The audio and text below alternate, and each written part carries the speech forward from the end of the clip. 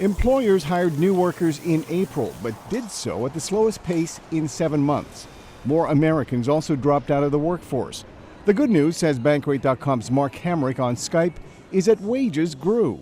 There is, you could say, something here for everybody, to the extent that those who are unhappy with the pace of the recovery will continue to feel that way. Those who want to look at the jobs report as evidence that the recovery is proceeding can seize upon that. While job gains were weaker than expected, President Barack Obama says the report marks a record 74 straight months of positive job growth. Over that record streak of job growth, our businesses have created 14.6 million new jobs in all.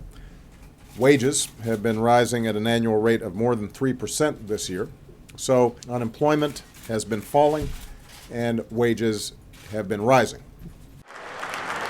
In financial markets, reaction to the weak job numbers was tepid. Many investors were hoping to see robust job growth in the U.S. after recent data suggested a manufacturing slowdown in China and Europe. But Chad Bown at the Peterson Institute for International Economics says one jobs report does not make a trend. 1 month's jobs report won't make that big of a difference. But I do think over the longer run, it is certainly important that the United States continue to grow, continue to have a healthy labor market. Because we are one of the few sources of growth globally right now at the moment. But Mark Hamrick says the weak job numbers could cast doubts on the Federal Reserve's plans to raise interest rates. This weaker than expected April jobs report makes it less likely that the Fed will raise rates in June, and it lessens the chances that the Fed raises rates anytime soon.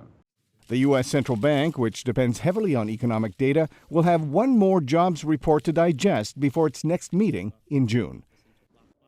Arcega, VOA News, Washington.